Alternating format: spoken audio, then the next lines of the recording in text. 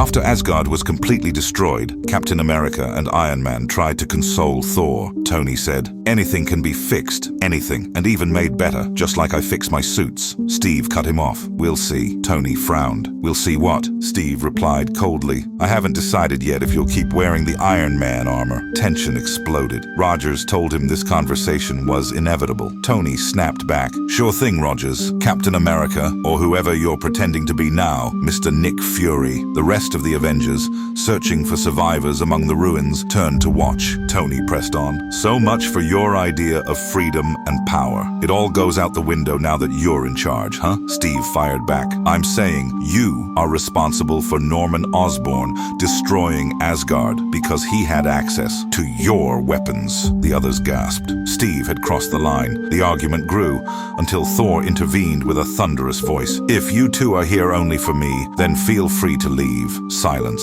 Both men froze as Thor reprimanded. Then he added, "There are real matters that demand our concern." Thor led them into a sub-level of Heimdall's observatory. Tony asked for Heimdall, but Thor explained he was gravely wounded, though being treated and expected to survive. Thor confessed his worry. Without Heimdall, the Bifrost was broken, and the realms vulnerable. Tony, using a decade-old suit, struggled to read Asgardian energy. Suddenly, his armor detected an anomaly. Before he could act, the Rainbow Bridge flared out of control, dragging all three, Thor, Steve, and Tony, into darkness, while the Avengers above were left clueless. Everything went silent. Iron Man awoke in the dark, his armor drained of power. Removing his helmet, he called for Thor and Rogers, but he was utterly alone. With time on his hands, he began working on his suit. Then, a massive figure loomed behind him. Elsewhere, Rogers stumbled into a remote village. He entered a tavern, polite as ever, and greeted its patrons. Troll-like creatures froze, staring with hostile silence. "Forgive my intrusion. Could anyone tell me where I am?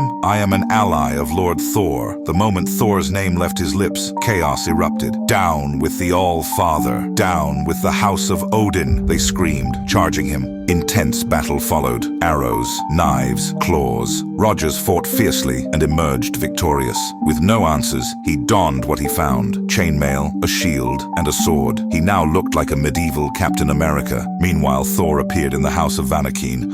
A surge of energy struck him down. Thor roared, "Show yourself, coward!" Another blast rocked him, forcing him to his knees. And then she appeared, a stunning woman, shimmering with power. Enchantress. With a cold smile, she declared, "It is time for my vengeance. I missed Odin's fall, Loki's defeat, and yours, but I will settle for destroying the last true Odinson."